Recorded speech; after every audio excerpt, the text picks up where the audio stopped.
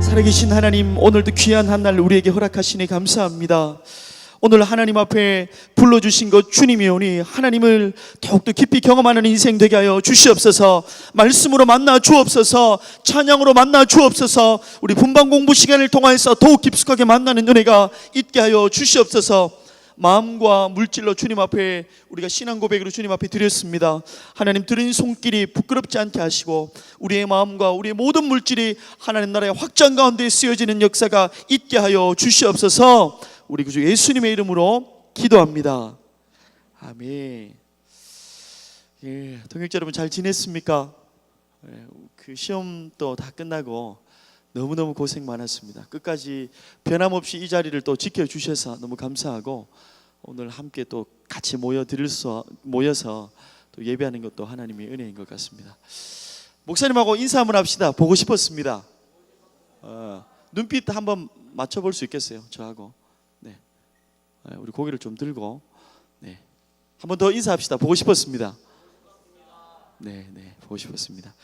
하나님 말씀 한번 같이 한번 봅시다. 네. 오늘 말씀은 열왕기하 17장 말씀이에요. 열왕기하 17장 1절에서 우리 7절 말씀. 공과는 오늘 62가 말씀을 가지고 목사님과 같이 한번 봤으면 좋겠습니다. 네. 열왕기하 17장 1절에서 7절 말씀. 네, 한번 찾아놓고, 네. 우리 다 찾은 친구만 한번 아멘 해봅시다. 아멘. 좋습니다. 교독하겠습니다. 유다의 왕 아하스 제12년에 엘라의 아들 호세아가 사마리아에서 이스라엘 왕이 되어 9년간 다스리며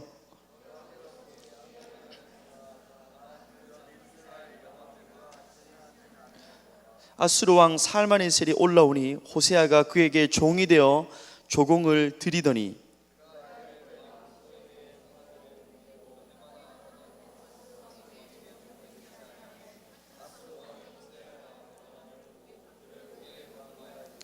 아수르 왕이 올라와 그 온 땅에 두루 다니고 사마리아로 올라와 그것을 3년간 에워쌌더라.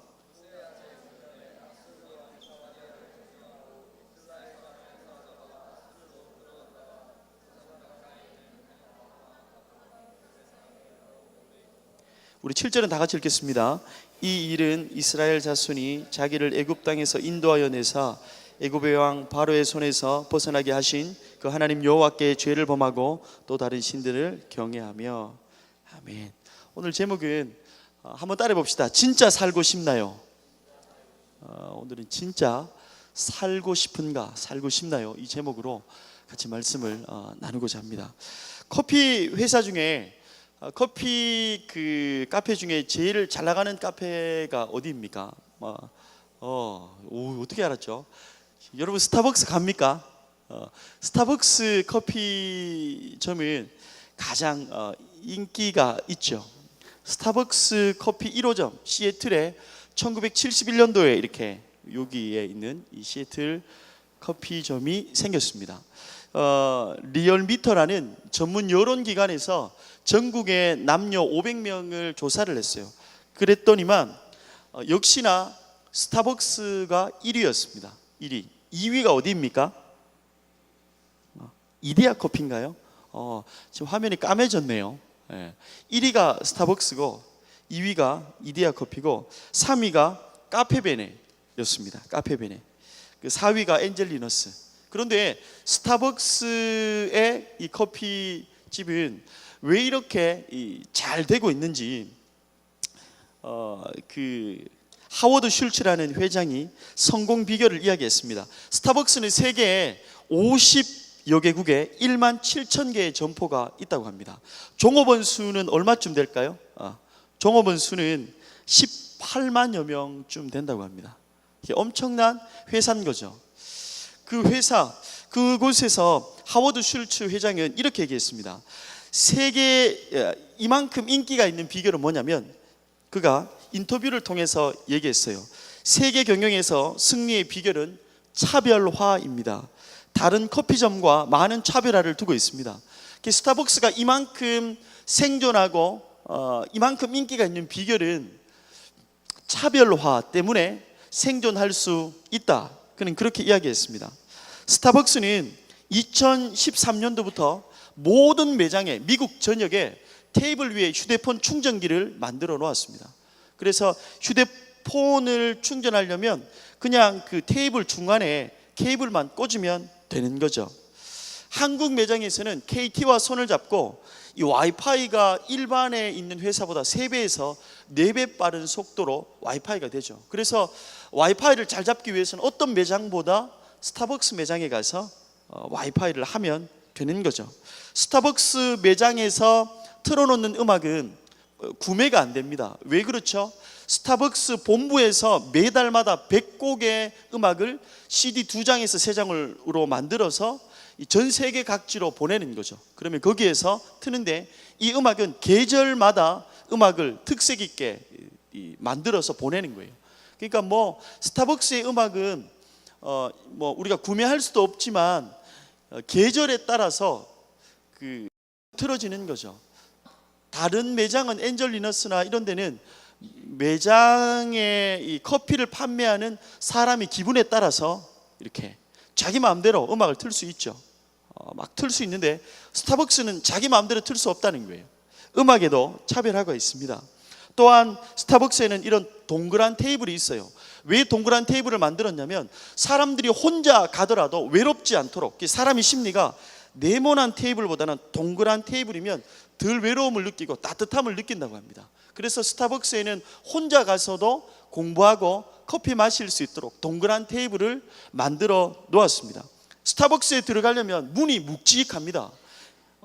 가냘픈 자매들은 이렇게 문을 밀기가 어려울 만큼 문이 묵직한 거죠.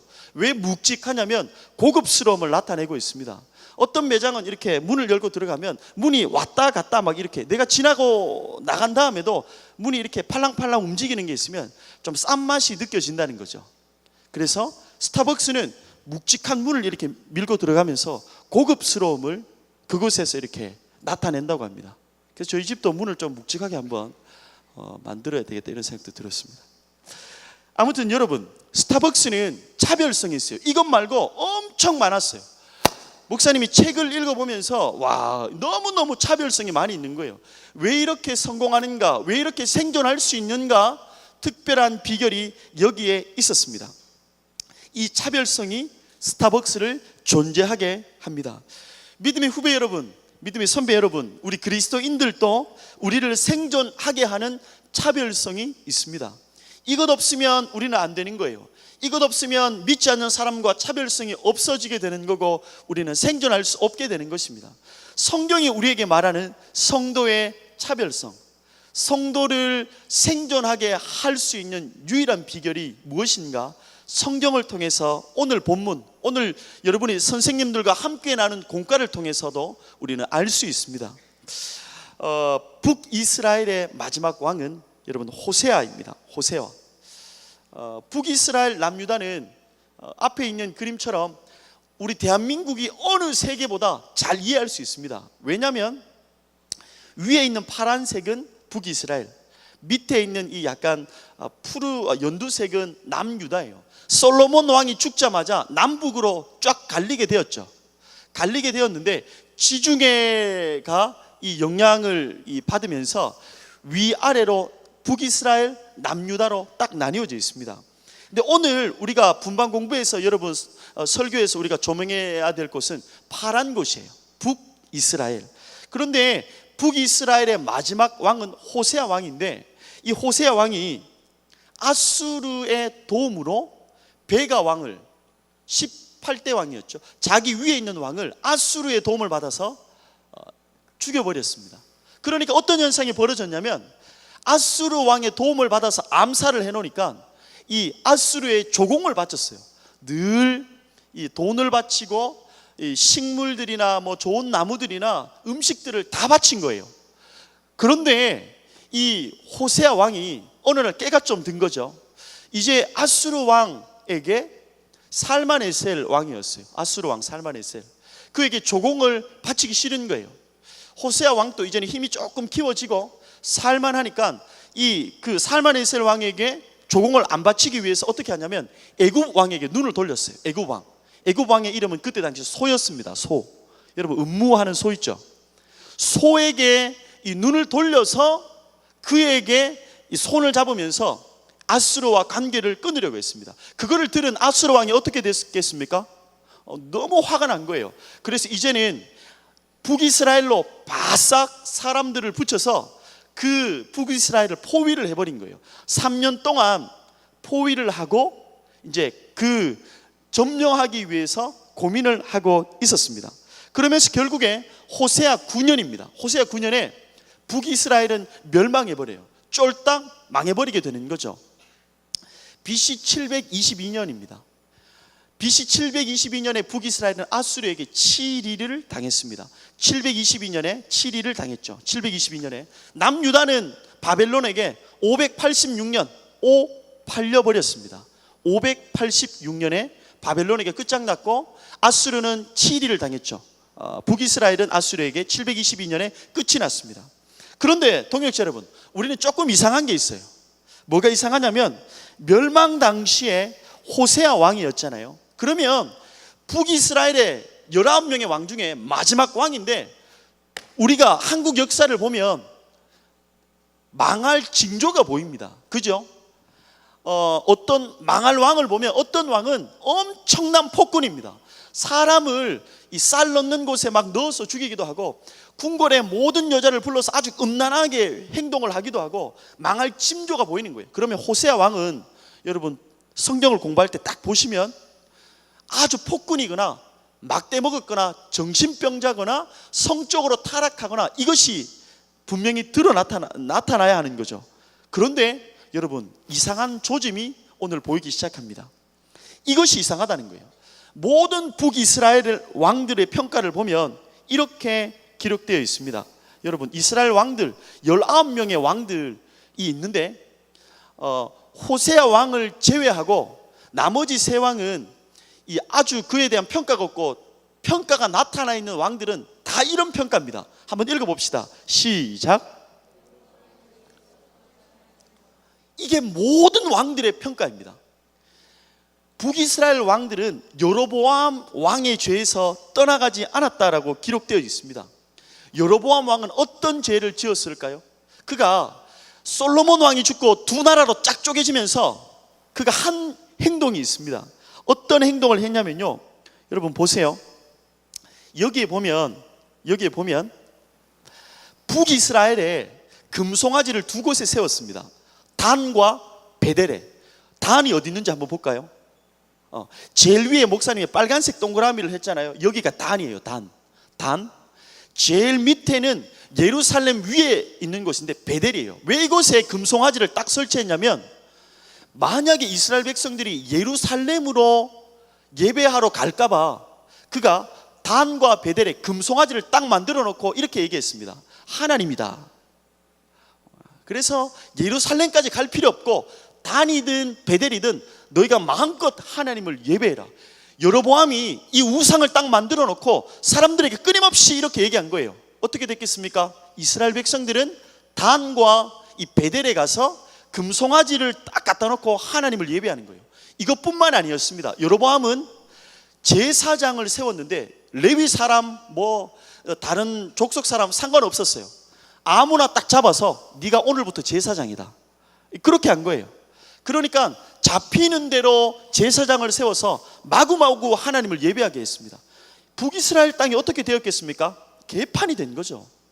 여러분 개판이 되었습니다. 이 여로보암 때문에 개판이 된 거예요. 그래서 어떻게 됐습니까? 1대부터 쫙 18대까지 전부 다 여로보암의 죄를 그대로 다 따라갔다는 평가가 여기에 분명히 기록되어 있습니다. 그런데 동역자 여러분, 호세아 왕만큼은 유일하게 여로보암의 길을 따라가지 않았습니다. 200년 동안 19명 왕 중에 호세아만 이 마지막 왕만 달랐다는 거예요. 17장 2절을 한번 보시겠어요? 여러분 17장 2절에 북이스라엘의 왕 중에 이제는 다른 평가가 유일하게 한 명 나기 시작합니다. 우리 다 같이 한번 읽어봅시다. 시작.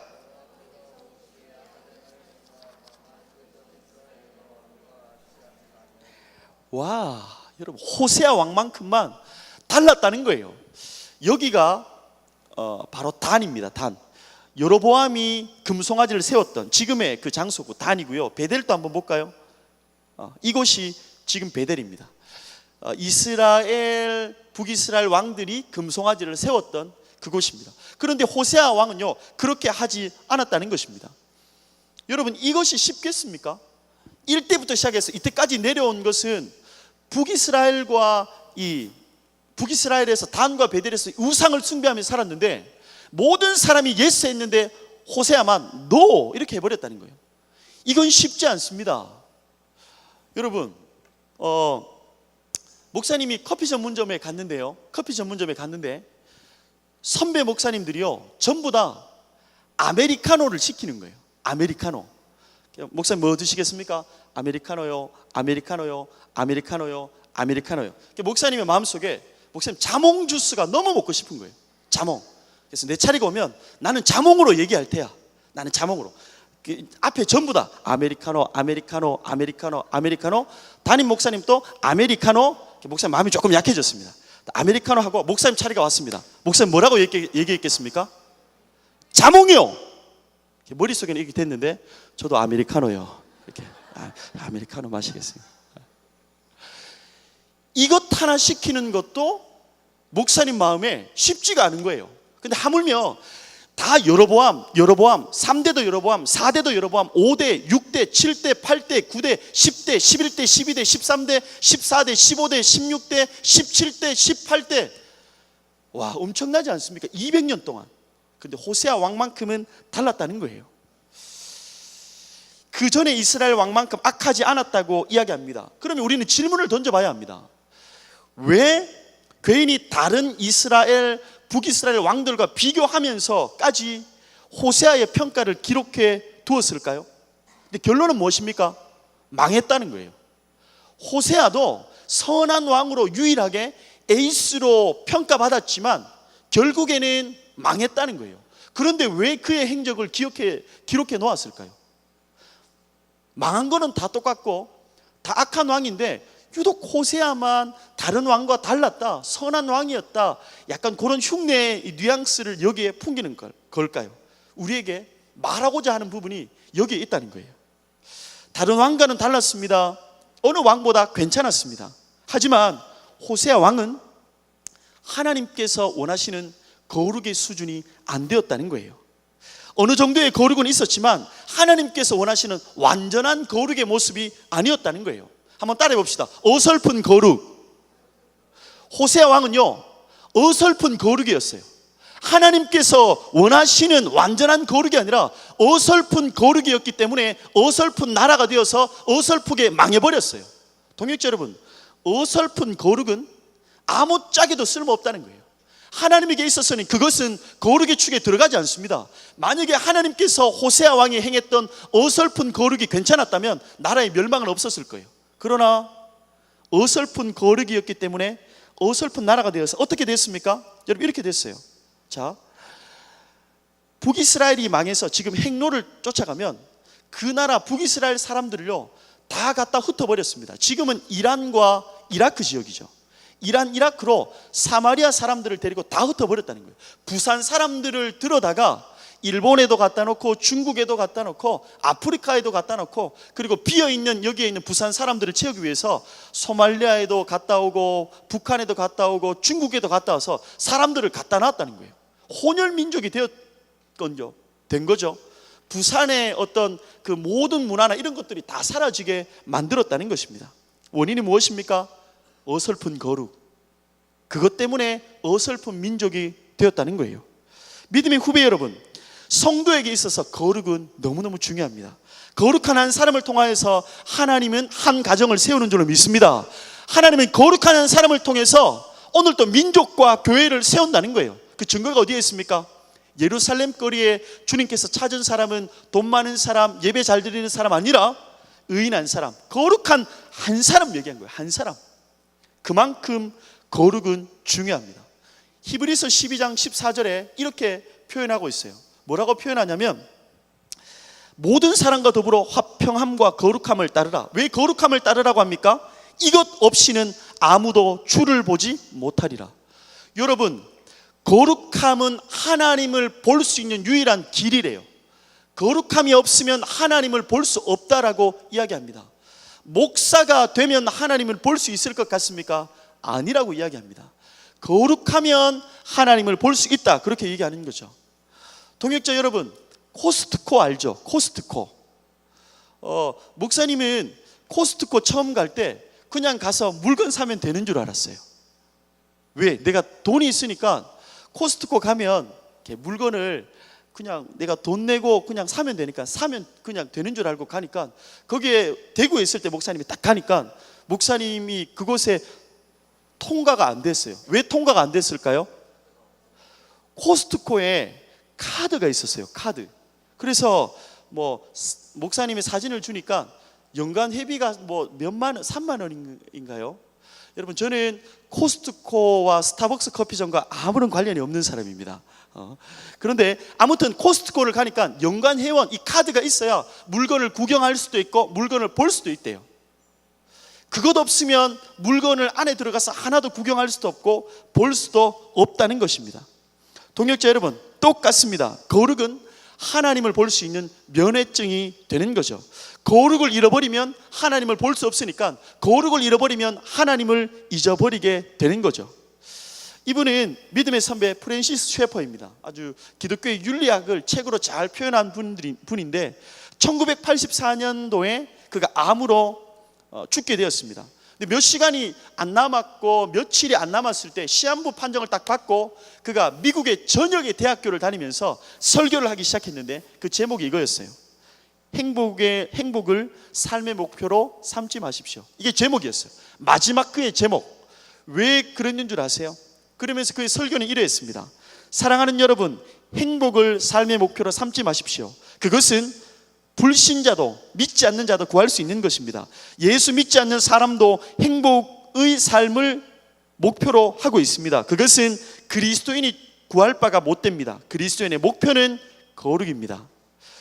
거룩하기만 하면, 우리가 거룩을 추구하고 거룩을 목표로 잡으면 하나님께서 우리에게 동행할 수 있기 때문에 행복은 자동으로 따라온다는 거예요. 그렇기 때문에 우리가 추구해야 할 것은 거룩이다. 거룩이 우리의 삶에 가장 강력한 파워를 가지고 있다. 그는 이렇게 이야기합니다. 한번 읽어볼까요? 시작. 세상은 스펙을 보지만 하나님은 거룩을 보고 그 거룩한 사람을 오늘 또 찾고 있는 거예요. 여러분, 그래서 거룩은 우리의 능력이 되는 겁니다. 성실하게 사는 것보다 더 중요한 것은 뭡니까? 거룩하게 사는 거예요. 열심히 사는 것보다 더 중요한 건 뭐예요? 거룩하게 사는 거예요. 우리가 잘 사는 것보다 더 중요한 것은 뭐예요? 거룩하게 사는 것입니다. 왜입니까? 거룩이 하나님을 볼 수 있는 것이기 때문이죠. 그래서 성경 전체를 보면 창세기부터 요한계시록까지 행복이라는 단어를 찾아보면 4번 나와 있어요. 4번. 근데 거룩이라는 단어는요 447번 나와 있습니다. 왜 그렇습니까? 거룩이 성도에게 있어서 가장 중요한 것이기 때문입니다. 거룩이 중요하다고 알고 있는 성도는 추구해야 될 거룩은 뭐냐면 어설픈 거룩이 아니에요. 완전한 거룩을 두고 우리는 발버둥 쳐야 합니다. 왜냐하면 왜 우리가 완전한 거룩을 두고 발버둥 쳐야 할까요? 하나님께서 우리에게 요구하시는 거룩은요 어설픈 거룩이 아니라 100%의 거룩입니다. 여러분, 이 말이 굉장히 거북할 수도 있어요. 하나님이 우리에게 요구하시는 거룩은요, 현우야 90%의 거룩, 그것만 해도 된다. 여러분, 아닙니다. 하나님이 저에게 요구하시는 것은요 100%의 거룩이에요. 성경을 보면 베드로전서 말씀에 보면 그 하나님께서 1장 15절, 베드로전서 1장 15절을 보면 오직 너희를 부르신 거룩한 이처럼 너희도 모든 행실에 거룩을 요구한다, 그렇게 이야기하고 있습니다. 하나님께서 여러분에게 요구하는 거룩은요 99%가 아닙니다. 99.9%도 아닙니다. 100%의 거룩을 그분께서는 요구하고 있다는 것입니다. 동역자 여러분, 호세아 왕의 한계가 뭐였죠? 그러면 호세아 왕의 한계는요 이것이었습니다. 그리스도를 벗어난 한계가 있었습니다. 우리는 그리스도를 벗어나는 순간 완전한 거룩을 입을 수가 없어요. 우리 스스로 능력으로 아무리 착한 척하고 헌금도 많이 하고 기부도 많이 하고 이 봉사활동도 평생 한다고 하더라도 그 사람은 어설픈 거룩이에요. 하나님께서 요구하시는 거룩에 절대 이룰 수 없습니다. 전재산 150억을 다 기부하고 일평생 양로원이나 이런 곳에 가서 땀 흘리면서 헌신하고 봉사하더라도 하나님은 천국 문 앞에서 그 사람을 지옥으로 내칠 수밖에 없는 거죠. 왜요? 어설픈 거룩이기 때문입니다. 호세아가 그런 어설픈 거룩이었기 때문에 나라가 쫄딱 망하게 되었습니다. 성경은 우리에게 우리 스스로 거룩해질 수 없다라고 이야기하는 거죠. 마태복음에는 여자를 보고 음욕을 품는 사람은 간음했다라고 이야기합니다. 그리고 요한일서에 형제를 바라보면서 미워하는 자마다 살인했다라고 합니다. 여러분, 형제를 보면서 내가 막 미워하고 어디 가다가 좀 넘어졌으면 좋겠다, 커피를 마시는데 온 옷에 다 쏟았으면 좋겠다, 미워하는 마음이 있어도 살인이라고 요한일서에는 기록하고 있습니다. 그렇기 때문에 우리는 하나님께서 요구하시는 거룩을 스스로 절대 이룰 수 없다는 것을 우리는 기억해야 합니다. 절대 이룰 수 없다는 것을 우리는 기억하며 살아야 합니다. 그런데 여러분, 연약한 우리가 어설픈 거룩이 아니라 완전한 거룩, 99.9%의 어설픈 거룩이 아니라 100%의 거룩을 우리가 지킬 수 있는 유일한 비결이 있습니다. 방법이 있습니다. 100%의 거룩을 우리가 추구할 수 있는 유일한 방법이 있단 말입니다. 무엇이겠습니까?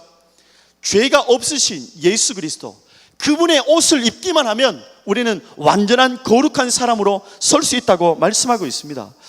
중요한 말씀인데요, 데살로니가전서 5장 23절 말씀을 한 목소리로 한번 읽어보겠습니다. 다 같이 한번 읽어볼까요? 시작.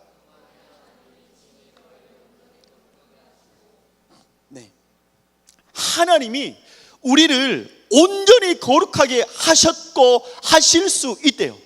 예수 그리스도, 죄를 짓지도 못하시고 죄를 알지도 못하신 예수 그리스도의 옷을 입히기 위해서 독생자 예수 그리스도를 우리에게 보내셨다는 거예요. 우리가 완전히 거룩해질 수 있는 방법이 무엇입니까? 그분의 옷을 입으면 된다고 말씀하고 있습니다. 그럴 때 죄악 덩어리인 우리는 거룩 덩어리로 바뀔 수 있고, 부정 덩어리가 여러분 긍정 덩어리로, 절망 덩어리가 희망 덩어리로 바뀔 수 있다는 것을 기억해야 합니다. 우리는 연약하고 모자라지만 스스로 절대 완전한 거룩을 이룰 수 없어요. 하나님이 요구하시는 거룩.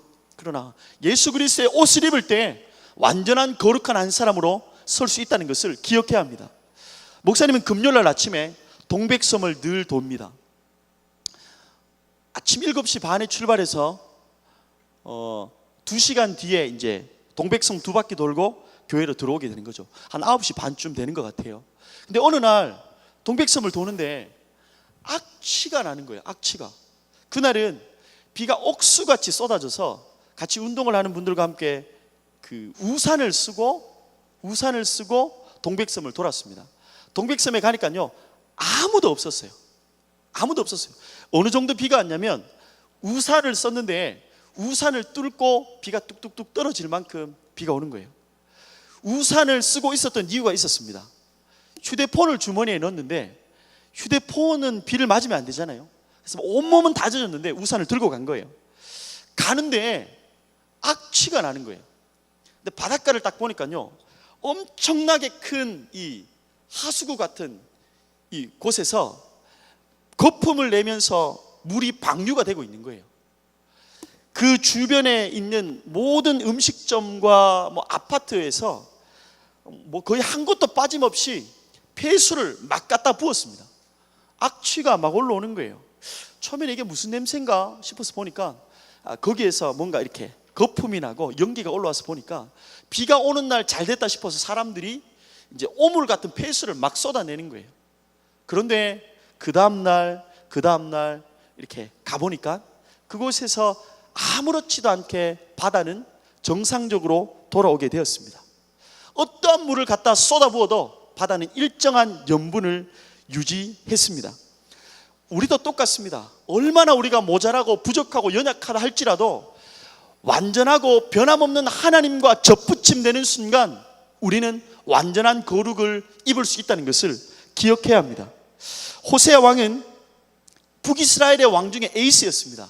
가장 착한 왕이었죠. 그러나 하나님의 기준에 이 합한 완전한 거룩은 이룰 수 없었습니다. 왜입니까? 예수 그리스도 그분에게로부터 떨어져 버렸습니다. 붙어 있지 않았습니다. 어떻게 했습니까? 본문을 보면 아수르 왕 살마네셀로 갔다가 애굽 왕 소로 갔다가 왔다 갔다 하는 거죠. 하나님께 붙어 있지 않고 다른 사람의 왕들에게 붙어 있기 위해서 왔다 갔다 하면서 그는 어설픈 거룩으로 온 나라가 멸망하게 되었습니다. 동역자 여러분, 하나님은 완전한 거룩을 원하십니다. 100%의 거룩을 원하십니다. 그것을 통해서 오늘도 하나님은 한 민족을 살리고 한 가정을 살립니다. 그래야 학교도 살아나는 줄 믿습니다. 성도의 능력은, 성도의 차별성은 무엇입니까? 거룩입니다. 그분을 붙잡을 때 우리는 어설픈 거룩이 아니라 완전한 거룩을 통해서 우리가 가는 곳곳마다 사는 은혜가 있는 줄로 믿습니다. 여러분, 어설픈 거룩으로 살지 마십시오. 여러분의 선행 택도 없습니다. 여러분의 헌신 택도 없습니다. 여러분의 직분 아무것도 여러분에게 영향력을 미칠 수 없어요. 그분에게 붙어있는 그 순간 우리는 완전한 거룩이 되어서 하나님께서 그를 통해서 그 가정과 개인과 친구와 민족과 열방을 살리는 은혜가 있는 줄로 믿습니다. 여러분, 그래서 어설픈 거룩으로 살지 말고 그분께 붙어있음으로 말미암아 완전한 거룩으로 사는 생명사역자 될 수 있기를 주님의 이름으로 축복합니다. 여러분, 2007년도에 한동대 부흥성회 때 김용희 선교사님이 실화를 바탕으로 그 예화를 하나 말씀하셨어요. 우리 그 예화를 한번 나누고 마치고자 합니다. 여러분, 두 형제에 관한 예화예요. 한번 잘 들어봅시다. 갑자기 두 부모를 잃은 두 형제가 있었습니다. 동생을 대신해 형은 늘 보호자로 살았습니다. 10살도 안 된 동생을 위해 최선을 다해 살았죠. 그런데 늘 부모님의 사랑을 대신하는데 역부족이었습니다. 다행스럽게 형제는 교회에 가서 주님을 만났죠. 형은 언제나 동생을 데리고 신앙생활을 했습니다. 형은 주님을 사랑했지만 동생은 청년기가 되면서 삐뚤어지기 시작했죠. 그러면서 동생이 이야기했습니다. 형, 하나님께서 우리 가정을 사랑했다면 어찌 이렇게 부모님을 데리고 갈 수 있어?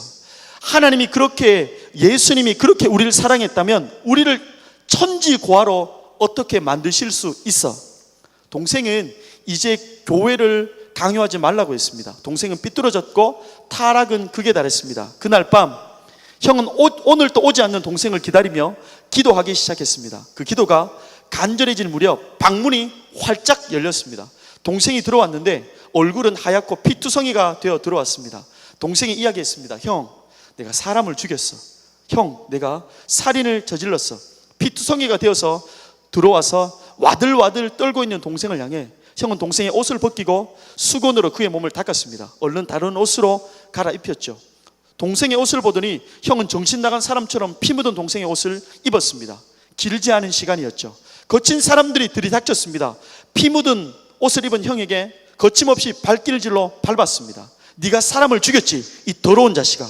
형은 한마디 변명 없이 얻어맞기 시작했습니다. 그리고 형은 곧 끌려갔습니다. 형은 자신을 둘러싼 사람들에게 반복적인 말을 했습니다. 예, 저는 이 죄로 마땅히 형벌을 받아야 하는 살인자입니다. 형은 곧바로 재판이 진행되었고 형은 사형을 언도받았습니다. 사형 집행의 어느 날 그 사건에 대해서 입을 열지 않았던 그가 갑자기 간수에게 부탁했습니다. 그가 교도소로 오면서 사람들은 이상히 여겼죠. 언제나 예의가 바르고 평안이 넘쳐 흐르는 사람이었기 때문에 많은 사람들은 그가 살인을 저질렀다는 것에 의문을 가졌습니다. 사형이 있는 그날 형은 사형수 소원인이 소장님을 만나게 해달라는 것이었습니다. 그리고 소장님을 보는 앞에서 편지 한 통을 적게 해달라고 하고 사형 후에 이 주소지로 배달해달라고 이야기했습니다. 사형이 집행이 되었고 교도소 소장은 그를 사형시킨 후 안절부절이었습니다. 왜냐하면 마음이 편하지 않았습니다. 그 형의 사형수의 부탁이 기억나서 부하직원을 시켜서 형의 편지를 배달했습니다. 그것은 동생이 있는 곳이었고 동생은 어둠 속에서 미친 사람처럼 지내고 있었습니다. 짐승처럼 집 밖에 나오지도 못한 동생, 손에 들려진 형의 봉투를 보는 순간 급히 편지를 뜯었습니다. 그리고 익숙한 편지글이 나타났습니다. 형이 동생에게 이렇게 기록했습니다. 사랑하는 동생아, 나는 너의 죄의 옷을 입고 너 대신 죽노라. 사랑하는 동생아, 나는 너의 죄의 옷을 입고 너 대신 죽노라. 무슨 뜻인지 몰라서 계속 읽었습니다. 그리고 그는 그 의미를 알 쯤 교도소에 도착했습니다. 그러면서 소리쳤습니다. 우리 형 죽으면 안 돼. 우리 형 죽으면 안 돼. 교도관이 나와서 잘 못 알아듣는데 뭐라 하는 몇 가지 단어를 들었습니다. 가만히 들어보니 오늘 아침에 죽은 그 사람이 이름이 나오고 이놈은 사형수의 동생이라는 것이었습니다. 무슨 말인지 잘 모르는데 자기가 살인범이고 형이 죽이지 않았다는 것입니다. 소장이 그에게 잡고 이야기했습니다. 내 놈은 이 사건과는 이제 상관없어. 이 사건과는 상관없어. 꺼져. 이미 이 범죄에 대한 형벌은 사형으로 집행이 됐어. 이제 끝났어. 동생은 미친 듯이 집으로 쫓겨 돌아왔습니다. 너무 고통스러워 살 수 없었죠. 그가 흥분한 나머지 형의 재치를 더 느끼고 싶었는데 그럴 수 없어 살 수가 없었습니다. 동생은 형이 너무 보고 싶었습니다. 하지만 그가 아는 건 형은 지금 천국에 있다는 것이고 자기는 지옥에 가야 할 마땅한 사람이라는 겁니다. 그래서 동생은 기도가 나왔습니다. 하나님, 저는 지옥에 갈 마땅한 놈입니다. 하지만 형이 너무 보고 싶습니다.